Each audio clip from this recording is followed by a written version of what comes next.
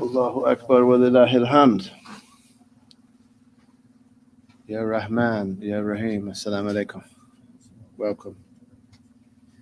Ya Allah, Ya Rahman.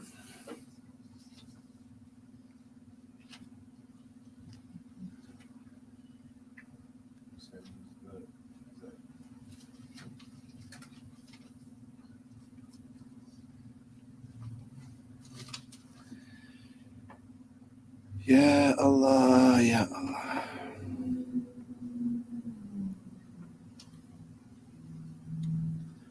Bismillahir Rahmanir Rahim. Alhamdulillahi Rabbil Alameen. Wa sallallahu wa sallam ala Sayyidina Muhammad wa alihi wa sahbihi wa tabi'ina lahum bi ihsanin ila yawmiddin. Wa alayna ma'ahum wa fihim bi rahmatika ya arhamar rahimin. Nawayna ta'lama wa ta'lim. والنفع والانتفاع والتذكير والمذاكرة والإفادة والاستفادة والحث على التمسك بكتاب الله وبسنة رسول الله صلى الله عليه وآله وسلم والدعاء إلى الهدى والدلالة على الخير ابتغاء وجه الله ومرضاته وقربه وثوابه سبحانه وتعالى. And to learn and teach, to give and take benefit, to remind others, ourselves, remember, to profit mutually, to encourage holding fast to Allah's book, the Sunnah of His Messenger, sallallahu alaihi wasallam, to call the guidance and lead to all and every good, seeking in all of these Allah alone, seeking His pleasure, nearness to Allah, Allah's reward. We intend what the author, rahimahullah, and the pious have intended, and our sheikhs, and what Allah knows of good intentions. And we ask Allah to accept. Alhamdulillah, in our last lesson, we completed Sunan al-Wudu. Sunan al-Wudu. And we understood that one of them was continuity or al-muwala. Continuity or muwala. So what is the criterion for continuity, for one organ being continuous after the first? What's the criterion? That the water wouldn't dry in a normal amount of time, normal set of environmental conditions. Correct. So continuity means that the first limb not dry before washing the second in normal conditions, the person and the place and time. Allahu Akbar. All right, what is extending the light of the face and the extremities? Italatul ghurra and tahjil. What does that mean? To go past the hairline and the ears for the face and the farthest is the neck. That's a way of extending it, but it has a more precise definition. That's it. Washing beyond what's wajib in the face, or washing what's beyond wajib on the arms and the legs. And then the extent is the forelock, ears, sides of the neck.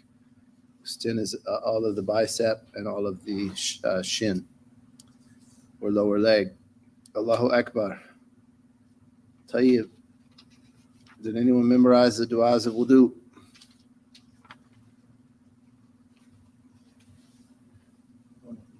The one at the end, or Du'as at the end of wudu, yep. What are the du'as at the end of wudu? 2 points, bring it up, and then looking at the sky and saying, "Ashhadu an la ilaha illallah wahdahu la sharika lah, ashhadu anna Muhammadan abduhu wa rasuluh." There you go.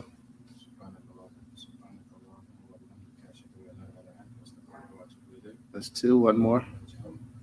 Go ahead.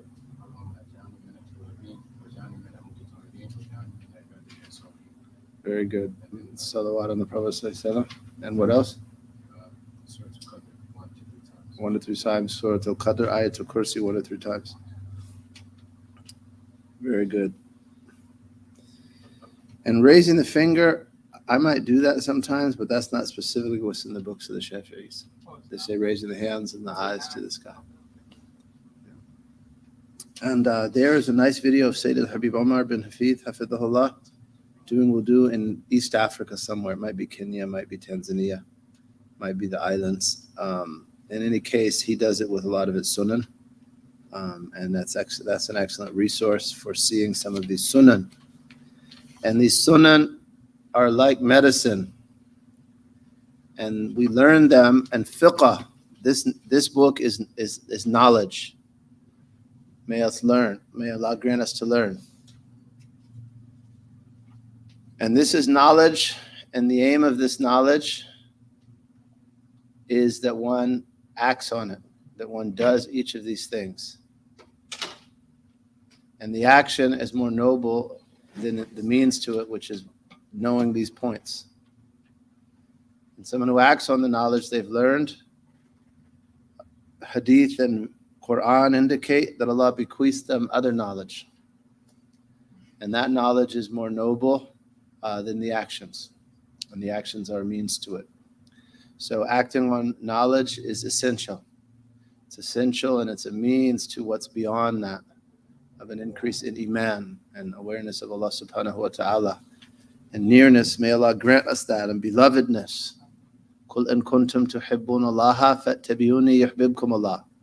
Say, if you love Allah, follow me, Allah will love you. And we're in the month of that beloved. These are His sunan, some of His sunan. May Allah give us to learn His sunnah and act on it. We should strive in acting on knowledge. Al-amal bil-ilm. They call the pious learned al-ulama al-amilun. Those who possess knowledge and act on their knowledge. So we want to be of those. Here in Sunan of al-wudu, we want to be one of those who acts on knowledge. And may Allah grant us that in lutf and afiyah. May Allah give us to act upon what He has taught us, subhanahu wa ta'ala. Ya Arhamar Rahimin. Ya Allah. In khair and lutf and afiyah. So hopefully we were all reading. What's this? Oh, Allahu Akbar. Barakah, inshallah. Faddal, kul. Shulak haja, inshallah. Shulak inava. We want to be of those that have learned this and act upon it. May Allah grant us to embody it. Learning it is part of embodying it, and then acting upon it is the harder part of embodying it. And we ask that from Allah subhanahu wa ta'ala in khair and lutf and afiyah. Ya Arhamar Rahimin. So hopefully we all learn these sunan, and some of us reviewed these sunan. So hopefully we were, extending our area of light better. Hopefully we were doing the dhikrs during wudu and after wudu.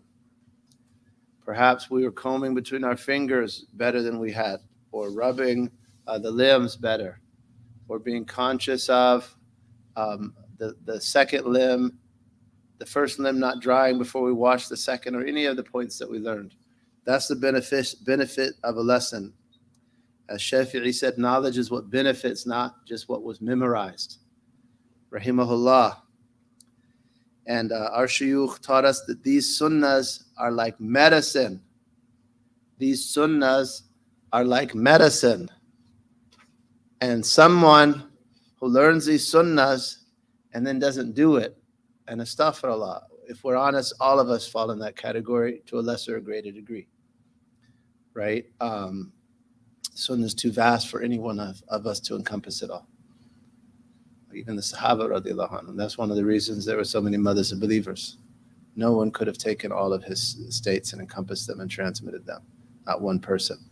But when we learn sunnah and don't act upon them, that's like someone who every time they go to a physician and get a prescription, they take the prescription and stick it in the refrigerator and never eat any of it, never drink any of it or swallow any pills or what have you, rub on any ointment.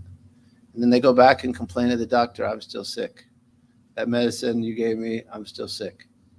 Hey, you got to take the medicine. So acting on the sunnah is like taking the medicine. And this medicine heals our hearts.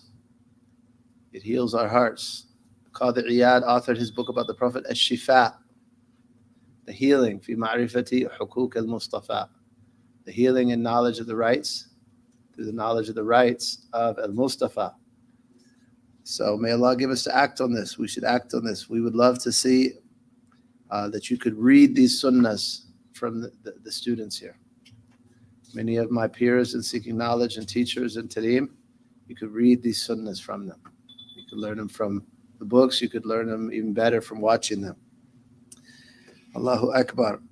So those are sunan, and there are many, many sunnahs. Sitting is a sunnah, facing the qibla is a sunnah, standing up and drinking from it after is a sunnah. Putting the vessel on the right is a sunnah. Starting to wash your face from the top is a sunnah. These are some, and there's many. Some of them listed them up to like 60 some. There's more du'as. There's du'as of the limbs. There's presence. And Sayyidatina Hafisa, that knower of Allah, Habib Ali Jifri, I heard him call her Shaykhat al-Shafi'i. He put in his will that she pray over him. He would ask her for dua when he was sick. She predicted his death. When he asked that time, she said, may he have a good end. He said, all right, I'm going to die this time. When he died, she eulogized him by saying, that's better, thank you. Rahimallah Muhammad ibn Idris kana yuhsin al-wudu. May Allah have mercy on Muhammad, the son of Idris. He performed wudu with excellence. That was how she eulogized Ash-Shafi'i, who according to some was the imam of the world at the time of his death. How do you describe the imam of the world? From the accurate descriptions is he did wudu with ihsan. Someone who does wudu with ihsan will pray with ihsan. Someone who prays with ihsan, their whole Islam will be good. They'll enter paradise. May Allah make us from them. Allahu Akbar. You want to be good at worship, you got to be good at wudu. And you got to do it a lot. Especially if you want to be happily married and good at worship. You got to just, khalas, at the drop of a hat, make wudu. Sister, whatever you want. Come, give me a little hug, baby, no problem. You're more important than I would do. Run and make wudu again. Allahu Akbar. May Allah grant us to treat the ladies well. Alhamdulillah. All right, so we're up to offensive matters in wudu, which you can understand as the opposite of sunan. And we're ordered to do both. Right? In tariqah, if there's less than, we could divide them up. Yep. We're ordered to do obligations and leave haram things, forbidden things. Do sunnan and leave makruhat. Right? So that is ordered. And a makruh is manhi. Makruh is manhi. If something's makruh, that means Allah prohibited it. It's just not as firm of a prohibition as the muharram, but it is prohibited. It's something Allah has said, don't do that. Right? Allah subhanahu wa ta'ala has ordered you and I not to do it. That's makruh. However, the order is more yielding than the order of muharram. But nonetheless, there's a command. And Sheikh Nuh Keller taught us that if someone has a path spiritually, they learn two things. They could, be steady and progress without always being in the presence of their teacher. Adam ar-ridha an an-nafs, not being pleased with the lower self, and ta'zeem amrillah, and reverence for the command of Allah, Allah's command. And makruh is a reflection of a command to desist. Makruh means Allah has commanded us to desist from this action. La ilaha illallah Muhammadur Rasulullah sallallahu alayhi wa alihi wa sahbihi wa sallam. Alhamdulillah. Ya Rabbi. Ya Khair. Kafi. Khairun. So who wants to read Makruhat al-Wudu from this text? And please grab a mic so that people online can hear you, the dear students. And I believe one of them might be from Dominican Republic, if that's Abdul Latif from Dominican Republic. We were just talking about you. We're overdue from visiting the brothers in Dominican Republic. What was that, Wednesday night we were talking? Or Friday night. Allahu Akbar, Bismillah. So this brother is reading from the translation of Yaqut and Nafis in Makruhat al-Wudu, and I can actually copy and give this to you here. Bismillah. بسم الله الرحمن الرحيم الحمد لله رب العالمين والصلاة والسلام على سيدنا محمد وعلى آله وصحبه وسلم رضي الله عنكم. Actions that are offensive in ablution, mukruhat. There are many offensive actions in ablution. Among them, 1, not beginning from the right. 2, neglecting to rinse the mouth and nose. 3, washing more or less than 3 times. 4, performing ablution with stagnant water. 5, making ablution from water left over from a woman's purification. 6, pouring water wastefully. Allahu Akbar. Naam. So, the author said, Radiyallahu anhu wa ankum. May Allah have mercy upon both of you. Makruhat al-wudu. Translated as actions that are offensive, and also it could be translated as disliked. I think Sheikh Nu translates it that way as well, disliked. In wudu, makruhat al-wudu. Makruhat is a plural of makruh. Al-makruh ma talabahu ash-shari' ma talaba ash-shari' tarkahu talaban ghair jazim. Makruh is that which the lawgiver is who? Allah and His Messenger, ordered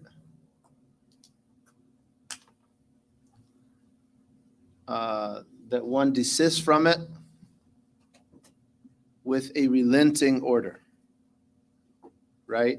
Whereas muharram is talab jazim, an unrelenting order, right? So Allah has ordered us to desist from this action, but just with some wiggle room, if you will. And that's if we call it makruh tanzih.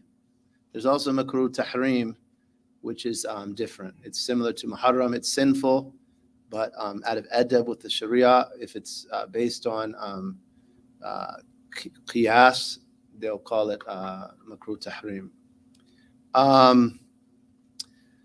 So Allah has ordered us not to do it. There's just some room in the order, such that it's not sinful if you do it, but you're rewarded if you refrain from it.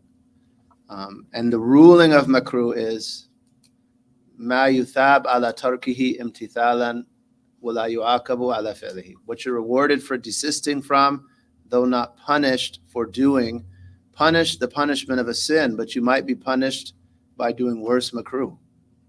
From the point of view of suluk, as a suluk problem, to deem Allah's command as insignificant can have punishment in one's suluk, meaning that Allah punish you by allowing you to fall into more makruh and eventually haram, because you didn't see His command as important or act like it was. So at a level in tasawwuf, they'll say you're going to be punished for makruh, maybe punished by falling into sin. And in tarbiyah they say that, but at a legal level they say you're not punished for doing it. La ilaha illallah, excuse me, I'm trying to keep this there for you all. Allahumma salli ala Muhammad. So makruh. And again, they'll translate it as offensive, disliked, makruh. Al-wudu, and you've had that defined. So our author says there are many offensive actions in ablution, among them. So among the actions that are offensive in ablution are not beginning from the right. So that means for someone to wash their left arm ahead of their right arm, or their left foot ahead of their right foot, that's makruh, right? That's tark tayammum. Everything else is pretty much done simultaneously, excluding in the case where someone has an amputation. Then they're only using one arm, so they'll start with the right side of their face and so on. But otherwise, everything's done simultaneously. Both sides of the face, 2 hands simultaneously, mouth and nose, nostrils right and left simultaneously, wiping the head simultaneously, 2 sides of the face simultaneously. But the arms, you have right, left there. Feet, you have right, left there. So to do one of that, the left ahead of the right, it's makruh. Allahu Akbar. Because that is the sunnah of Al-Habib. he loved that. Right? He loved tayammum in Sayyidatina Aisha's hadith in his whole affair. Right? He loved tayammum. So Habib Sallallahu Alaihi Wasallam loves something, you're going to stand there and do the opposite with no reason? Okay, that's makruh. Allah protect us from that.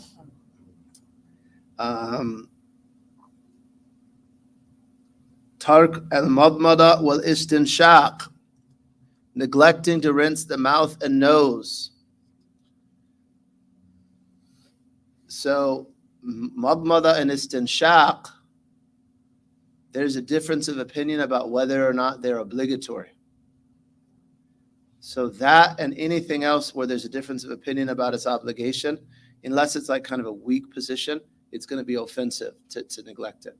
So the same applies to wiping, rubbing the limbs, because delk is an obligation with Imam Malik. The same applies to continuity. The same applies to wiping the whole head, and so on. Anything where there's a strong difference of opinion about it being obligatory, a strong position that says it's obligatory, even if it's a sunnah in the Shafi'i school, neglecting it is going to be offensive. That generally applies here in wudu. It also generally applies in the prayer. Al-ihtiyat and khuruj min al-khilaf, they're two principles of the school. Be exercising caution, especially in ibadat. Al-Shafi'i, he's cautious in ibadat. It's a hard madhab to follow in ibadat, right? Especially for a married person. I remember this brother was in Sham. We were studying with him. And he was trying to keep wudu, and then he got married, and he kept telling his wife, "You're messing up my program." A youngster. You can't do that, though. Brothers don't do that. Prophet ﷺ, he would suck Aisha's tongue, drink her saliva. Sallallahu Alaihi Wasallam. It has the implication of like foreplay, but also it's literally drinking saliva, right? So the spouses in Islam should be extremely affectionate. Don't let things like that get in the way of your affection. Allahu Akbar. Even if you have to do taqleed of another imam, like Imam Abu Hanifa, for some parts of your day, no problem. La ilaha illallah. Tayyib. So in any case, leaving these where some of the madhabs have the view that they're obligatory, it may be Ahmad. It may be Imam Ahmad's madhab. It slips my mind right now. But because of the difference of opinion, some of the imams holding them to be an obligation, it is makruh to neglect it. La ilaha illallah. And then he says, az-ziyada ala thalath wa nuqs anha, doing more than 3 or less than 3, yaqinan, with certainty. Right? So that's the commentary that you need there. Doing more or less than 3 with certainty. So someone isn't sure, did I wash 2 or 3? Then they should wash a third. Even if that might be the 4th. If it happened to be the 4th, it wouldn't be makruh. It wouldn't be offensive because it wasn't with certainty, right? But doing more and less with certainty, makruh. May Allah protect us from makruhat and from wasawis. So some people keep forgetting, how did I do 2 or 3? How did I do 2 or 3? And some people might do wudu for like a half hour or something. They can't get out of the bathroom because they have such severe waswasa, unfounded misgivings, that they keep thinking they didn't do enough and doing more. And that will push them into the waswasa in a desire for excessive caution. They actually fell into the makruh, and even it could be the muharram. Because if another point about this, doing more than 3 with yaqeen is makruh from your own water. From the water of an endowment or someone else who doesn't want you to waste, it's haram. You're wasting something that doesn't belong to you. Otherwise, it's makruh, right? So you could fall into the makruh or haram because of waswasa. And waswasa, its remedy is what? Knowledge. It's knowledge. Allahu Akbar. Allahumma salli ala Muhammadin wa alihi wa sallam. Al-wudu min al-ma' al-rakid. stagnant water that isn't a huge body. It's makruh. Yes, sir. Could you explain an endowment? Like, you mean like water that's designated for something completely Yeah. else? Like, so in the old days, and it's not really, it's endowment. Yeah, it's called musabbah. So, for example, in masajid in the Muslim world, there'll be fountains in the middle for wudu. That somebody paid that water be placed there. Right? It didn't just get there by itself, right? Somebody brought it up from a well and put it there for someone to make wudu. So that water does not belong to you. It is placed there for your use. So wasteful use from water that's like that is forbidden. Can't waste water that's a public trust like that. One of the shuyukh of our shuyukh, Habib Omar bin Akil, no, Habib Ibrahim, excuse me. Habib Ibrahim bin Omar bin Akil. Habib Ibrahim bin Omar bin Akil. Rahimahullah, his grandson told me he wouldn't do wudu at the masjid. Out of water, he wanted to use his own water. Yeah. Sayyidina Muhammad. And he said, so stagnant water, if it's not a huge body, like a lake, no problem. But a little pond of stagnant water, makruh. And the criterion is that it's not, they call it mustabhir, vastness. But what it means is if you shake one side of say you were to throw a big stone in one side of the water, or put a paddle and shake it, ripples wouldn't reach the other side. That's a large quantity, not a big deal. And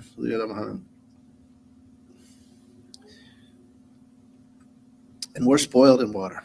A lot of these things we can't even imagine them because you just turn on the tap and water's available to you. Sayyidina Muhammad. Al-wudu min fadl al-mar'a.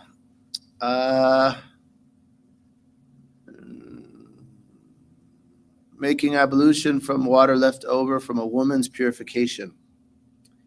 And that was a question. So there's a difference of opinion on that question. And there are conditions that he places here. One of them is simultaneously is no problem.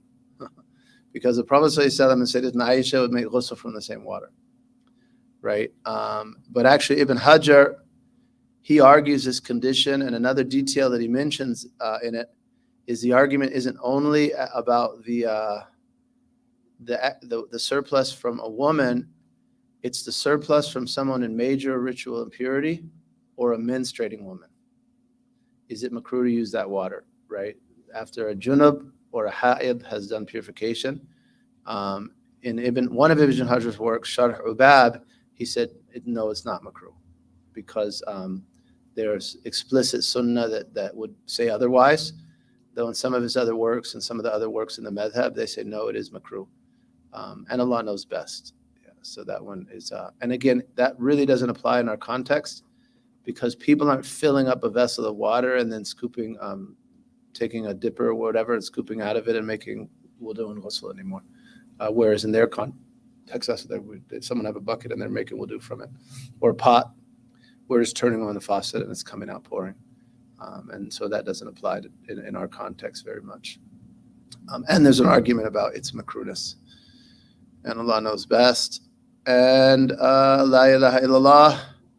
The next one is pouring water wastefully.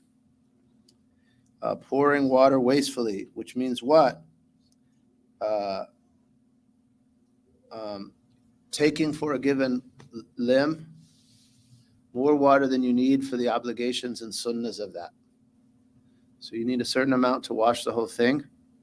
And then if you're doing it thrice, you need that much 3 times, if you will. So to do more than that is makruh.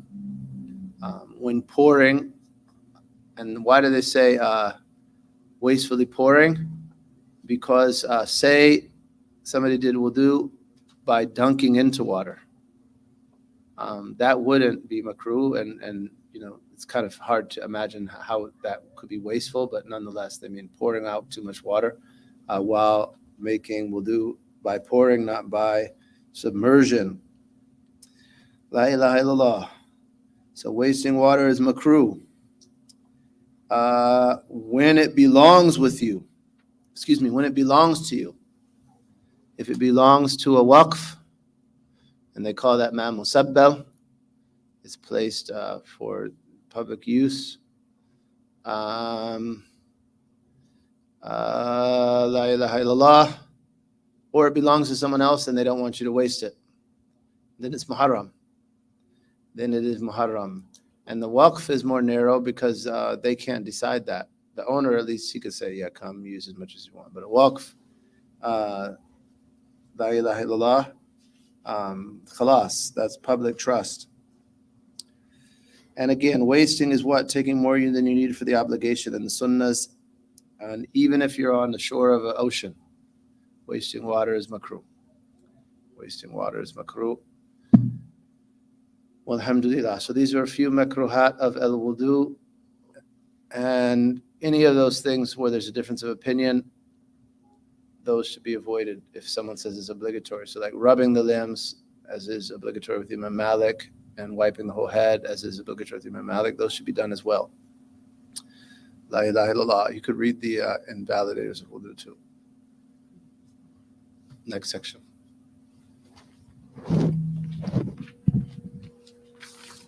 Bismillah. Nullifiers of evolution. There are 4 nullifiers of evolution. 1, anything that exits the 2 waste passages except semen. 2, loss of reason except the sleep of someone firmly seated.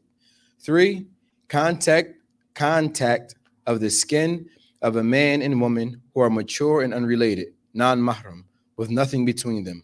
4, touching human genitalia or the circle of the backside with the inside of the palm or fingers. Allahu Akbar. Nawaqid al-wudu. So, nullifiers of wudu.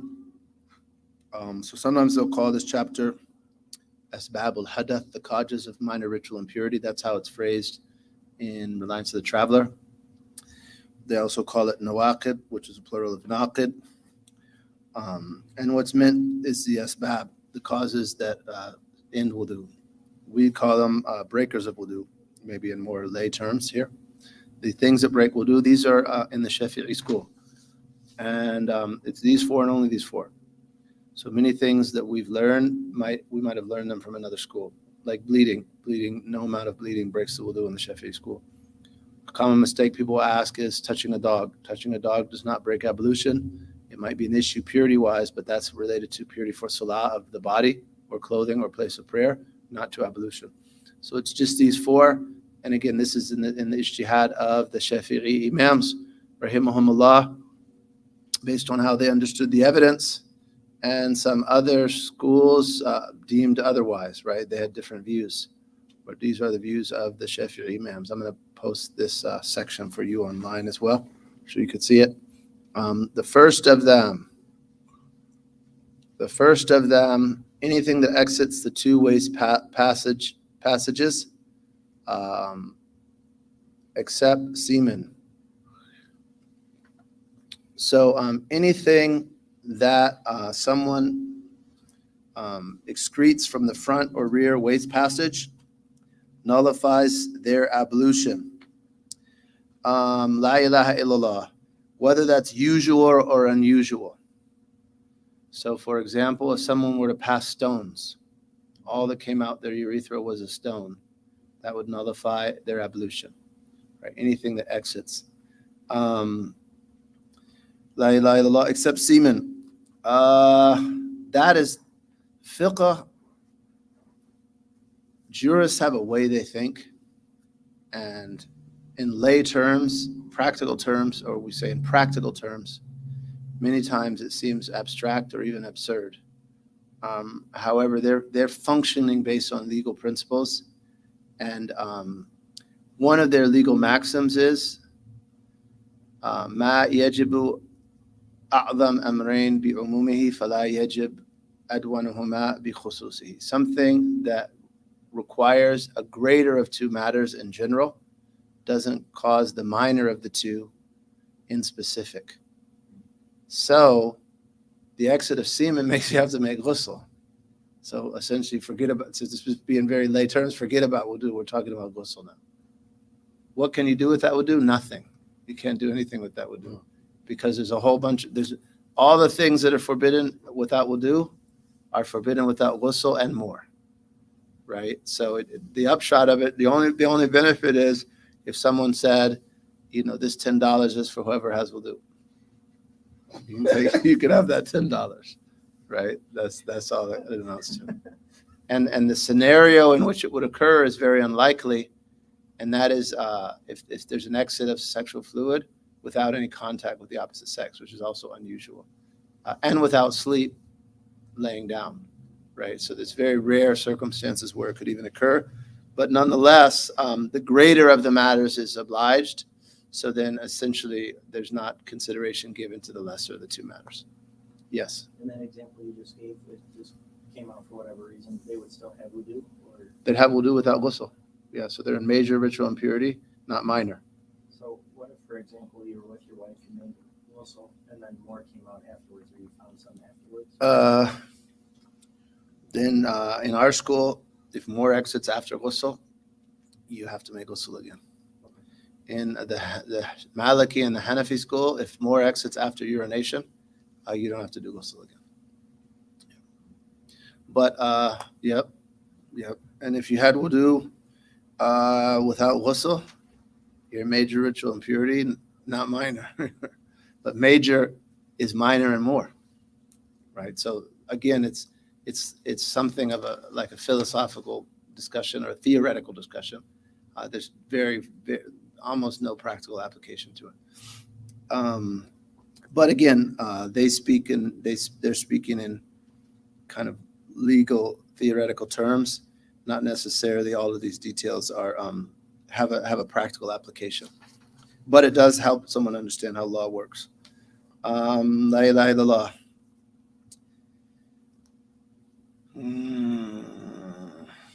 And actually, except mani means what? The semen of that person coming out for the first time, right? As opposed to someone else, the semen from someone else exiting a person. Like if that from a man exits a woman, that would break her ablution. La ilaha illallah. Salli ala Muhammadin wa alihi wasallam. 2. So I translated this a little different than Reliance of the Traveler. Reliance of the Traveler translates it loss of intellect. I translated it as loss of reason. The Arabic is zawal al-aql, loss of reason. And the means, what this means is zawal at-tamyiz, loss of discrimination or discernment, you could say. Loss of discernment, discrimination. So what does that mean? Zawal al-aql, loss of reason. That means by sleep, except sleep in the case that's mentioned here, which we'll discuss. Someone falls asleep horizontally or on their stomach or back or standing up for that matter, if that were conceivable, they lose wudu. Fainting, they lose wudu. Coma, they lose wudu. They black out from alcohol, they lose wudu, even if they're walking around. And if they're insane. That's why we translate it as reason, right? So it's not just consciousness. Someone who's blacked out from drugs or alcohol, they have no tamyiz. They can't discriminate what's going on. Like people get home, they don't know how did I get home, right? That person loses ablution. Allah protect us from that. And insanity as well. We seek refuge in Allah from that. All of those things break wudu, except the sleep of someone firmly seated, and they say illa nawm mumakkin with kasra on the kaf, maq'adahu min al-ard. So sleep of someone who is mumakkan, whose bottom is firm on what they're sitting on, that does not break ablution. That does not break ablution with conditions. One, that they're firmly seated, which means there's no space between their bottom and what they're seated on. Two, that their stature is moderate, neither very extremely skinny or extremely fat. Three, that they awaken in the same position in which they went to sleep. So if someone went to sleep sitting down and wakes up on their side, khalas, they lost their wudu because they're moving around while they're asleep. And four, that someone upright, in Ibn Hajar's view, or protected from error, like meaning a prophet in the view of Ibn Hajar and Ramli, not inform them that they lost wudu. So four is that someone not inform them who's trustworthy, who's upright, that they lost wudu. So with those four conditions, sleep does not nullify ablution. So someone who's on a flight, for example, and falls asleep sitting in a plane seat for hours, deep sleep. In the Shafi'i school, with these conditions, they do not lose wudu. And there's another point here, and I should have stated this sooner. Forgive me for not stating this sooner. That they be certain of sleep, not unsure whether they slept or not, or whether it was sleeping or what's called nu'as, they just dozed. So in Arabic, nawm is one thing, and nu'as is what precedes nawm. Nu'as, as I'm calling dozing, precedes nawm, which we're calling sleeping. So if they're unsure if they slept or not, or they're unsure if they dozed or slept, or they're unsure if they changed position, in none of those cases would their wudu be lost. The sign of sleep is seeing a dream. The sign of dozing is you can hear the people around you, but you can't respond until you become a little more alert. And then I should have mentioned this in the first one.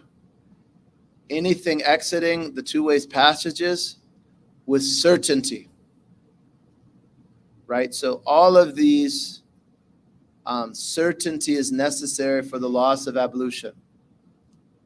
And that is one of the most important it's the most important legal maxim. El-yaqinu la yazulu bishak. Certainty is not nullified by doubt. So if you're certain you made wudu and you doubt the thing that broke it, you remain in wudu. Even if it's a possibility. It's very likely that I broke it, but I'm not certain, you still have wudu. So it's very likely something exited either of the waste passages, but it's not certain, you still have wudu. It's very likely that you slept, but you're not certain, you still have wudu. And so on. And we already talked about, is it more cautious to make it again? Maybe. However, if you do that, break it all the way and make it so that your intention is firm. We talked about that in conditions. So that's two, loss of reason. Allah protect our aql. Aql comes from the word iqal, which is a hobbling cable of a camel. And they say that it is an aptitude in the person that prevents its possessor from vile behavior. Right? It prevents, just like an iqal ties up a camel so it can't run away, the aql controls you so you can't run amok. Allah give us aql. Some of the salihin and the aql is the qalb, and is the ruh, and is the nafs, and is the sir. All of those 5 words apply to the same thing that Allah gave us. And it's the thing that distinguishes you and I as human. And some of the salihin, they were so protective of their aql that they wouldn't even take something that would remove their aql as anesthesia. Imam Ghazali records this in Ihya. Someone, they needed to do an amputation of his leg, and they said, we'll just have you drink some alcohol and knock you out, and then you could amputate. He said, I'm not going to take anything that removes my alcohol, but I know a state where if I enter that state, you'll be able to amputate it, and I can endure it. He said, I'll prostrate and then stick my leg out, and then you can amputate it. And so he entered Salah in the immense presence that he had, and they did the amputation while he was in Salah. And from the shuyukh of our shuyukh, or the generations, the previous generations in our shuyukh, Habib Hassan bin Saleh al-Bahr, he had a cyst they needed to remove from his back, and he did the same thing. He said, if I enter Salah, they'll be able to do it without me perceiving the pain. So he entered that, and they cauterized it and removed a big cyst from his back while in Salah, and he was able to endure it. Allahu Akbar. So the aql is precious. We should preserve our aql. We should be careful of not of anything that removes aql, and instruct our children about that. La ilaha illallah. Allahumma salli ala Muhammadin wa alihi wa sallam. We're coming up on Asr prayer. Allahumma salli ala Muhammad. 3, contact of the skin of a man and a woman who are mature and unrelated. They're not mahram, with nothing between them. So skin excludes hair, nails, or contact through clothes, or that excludes hair, nails, and teeth, right? Man and woman. So there's 5 criteria needed here. 1, that the contact be by skin. 2, that their gender differ. Contact of a man and a man, or a woman, no problem. That they be mature. I'm translating mature. Kabir as mature. What does kabir mean? It means that they've reached a point where they are attractive to healthy members of the opposite sex, orphan. Like customarily attractive to healthy members of the opposite sex. So like, any group of healthy men, see a little tiny girl, they're not attractive sexually. There's no shahwa, right? And the word is balagha hadd shahwa. They reach a point where they're sexually attractive. No, that's just a baby. It's not. If you're healthy, you don't think that way. But as a young person gets older, and they reach a point where their body's mature enough that now they are attractive to the opposite sex. Members that are healthy, not people that are pedophiles. Allah protect us from that. When a person reaches that point, and that's quite likely before bulugh, then they break ablution, right? And not before. And if they reach bulugh, definitely they break ablution. So that's what mature means here. They reach the point where they're desirable, they're sexually attractive to the opposite sex. If orphan, if people are healthy, not unhealthy. Allah protect us from that. Kabirain, ajnabiyain, non-mahram, means that they're not unmarriageable kin, right? That they are not unmarriageable kin.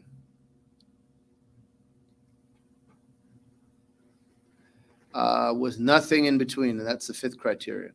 So there's no barrier, even a very sheer barrier, like stockings, something very sheer.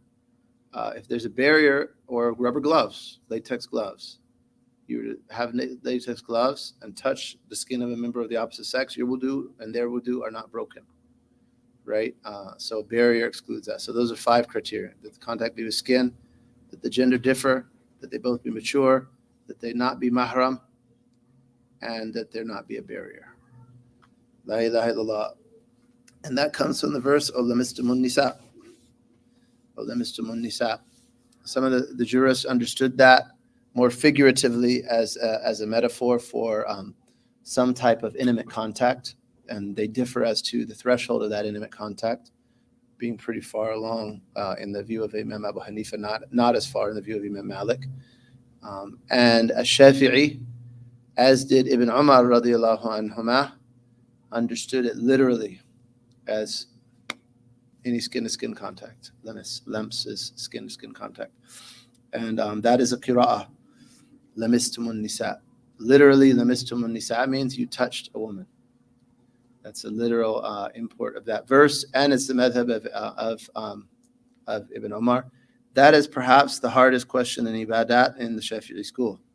And Allahu Akbar. But wudu is good for you. And make the wudu of Ibn Umar and a Shafi'i. You won't regret it. Yawm al-Qiyamah. And if it's too hard, do taqleed of Imam Malik or Imam Abu Hanifa sometimes. La ilaha illallah. Rahimahumullah. May Allah have mercy upon all of them, all of the Imams. La ilaha illallah. So that's 3. Whether the contact is deliberate or indeliberate, even alive or dead. No, excuse me. No. That's in the next one. That's in genitalia. Allahumma salli ala Muhammadin wa alihi wa sallam. Allahumma salli ala Sayyidina Muhammad.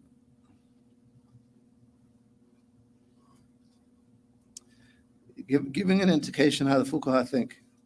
Ibn Hajar said, not the eye or protruding bone. Allahu Akbar.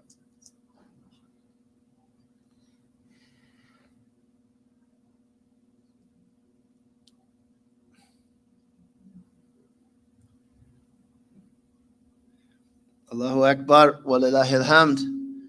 And the next point is number 4 and final for today, inshallah. Masu qubul al-adami aw halqati duburihi bi batn al-raha aw butun al-asabi'. So touching the front private part of a human being, and that is just the shaft of the male sexual organ, not the testicles, and just where the labia of a woman come together and her clitoris, not other than that. Not, for example, the pubic hair around either of the male or female genitalia. That area doesn't nullify ablution. And the circle of the rear private part, just where waist exits, not the buttocks, for example, or even between the buttocks, not where waist exits. And then that's what the inside of the fingers or palms. What does the inside of the fingers or palms mean? What's covered when you go like this and press a little bit and like that. So just that. And the word is, there's a word, the Prophet ﷺ, he said, min afda ila dhakar. And the word is afda, right? And that is touching with this part of the hand, right? Arabic's a very precise language. So the word that was used wouldn't apply to like that kind of contact, right? Something just brushing against the back of your hand. It would apply to this type of contact, right? So just that part of La ilaha illallah, the hand and fingers. So not between the fingers, not the exterior of the fingers, not the back of the hand, not further up your arm, just what's covered when I go like that. That breaks wudu. In our school, strong difference of opinion with other schools. The evidence is actually really strong on both sides. And all of the fiqh goes back to probabilistic evident rulings with probabilistic bases. And if you were to look at the arguments of the various imams, you might be convinced by each imam's argument. But mujtahids are bound by the judgments they arrive at. They can't do taqleed of others when they reach that level of knowledge. May Allah have mercy upon them. For us, you could do taqleed of a Shafi, you could do taqleed of Imam Abu Hanifa. With conditions when there's a need, no problem. Allahu Akbar. So these 4 things break wudu, and we'll talk about how that affects your behavior, inshallah, in our next lesson. The things that are forbidden for someone who has nullified their ablution. That'll be the next lesson, inshallah. There's certain prohibitions for that person, and inshallah, that'll be our upcoming lesson, bi'idhnillah ta'ala. Please recite Fatiha, seeking from Allah sincere, accepted works, beneficial knowledge, good teaching, calling the guidance, that Allah be pleased with us, please the heart of Prophet Muhammad, sallallahu alayhi wa alihi wa sahbihi wa sallam, and that the reward of the Fatiha that we recite go to our parents, teachers, sheikhs, anyone we owe rights, and the Prophet Muhammad sallallahu alayhi wa alihi wa sahbihi wa sallam. Al-Fatiha.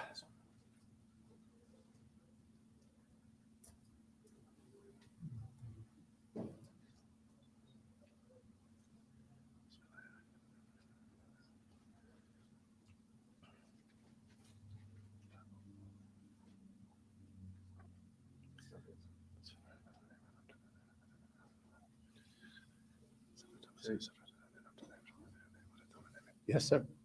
Tafaddal. Because of loss of intellect is a cause of losing the wudu. Is like a Majnun person ever in wudu? Okay. Yeah, they're not in wudu, nor can they make wudu. Because anything that needs a niyyah, you can't. A Majnun person can't do it. And then Yeah. What if someone loses sati because of anger? If we said that's not one of the surah that the Shafi'i jurist mentioned, so I don't believe it's possible. Yeah. Unless they really became insane. Maybe. If we say they reached the point of Junoon, sure. Because the word was tamiz. But sometimes people, when they get angry, they can't think properly sometimes. Very well. We don't have that message in the Shafi'i school, yeah. Talaq always counts. I know the Hanafis have that question, but the Shafi'is don't treat it like that. Allah knows best. But if they reach Junoon, yeah. Okay. And they list suwar, they list examples of Zawal al-Aql. Ghadab, they don't mention it. But Junoon, if we say that they reached the point of Junoon, they lost their mind. People can snap, have such a big shock that they snap. Right. And if they snap, it could be sadness made them reach Junoon, whatever. It would appear that if they reach what we call Junoon, khalas. Okay. And for losing wudu while sitting, not losing wudu while sitting firmly. Not losing wudu because you sat firmly. Yep. Yeah. Sitting in a car, sleeping in a long drive. No problem. Okay. Yep. You got to deep sleep. Totally deep. And you usually have something in the back resting you. Something in the back, no problem. It has to be seated. Seated is what it has to be. Mumakkan. It has to be mumakkan, actually. They say it doesn't have to be seated if they were able to straddle a pole and sleep like that, like effectively erect, like standing up, but straddling a pole. That wouldn't lose wudu. Okay. Sorry.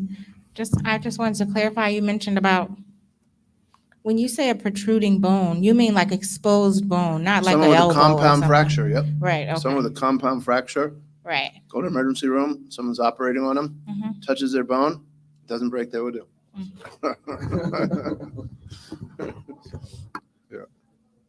Sheikh, one more. In the case of mudmada or istishat, that leaving it off, you mentioned the two types of makruh. You mentioned makruh tahrim. So because that's all of these are makruh tansi. Okay. Yeah. They don't use the vocabulary makruh tahrim a whole lot in the Shafi school. They use it a few times. Okay. The Hanafi school uses it a lot. Yeah. But generally speaking, in the Shafi'i books, when they say makruh, generally speaking, they mean makruh tanzi. Yeah. An exception being in the times that are makruh to pray. Some of the books say makruh to pray in those times. Some of the same books say haram to pray in those times. And if you see it listed as makruh to pray, it's makruh tahrim. That's an example where they use makruh tahrim. I just missed one thing, Sheikh. You gave 4 criteria for the loss of sleep while firmly, the loss of reason while firmly seated. I missed the first one. That they be firmly seated. There to be no, and that means no space between their bottom and what they're on, what they're resting on.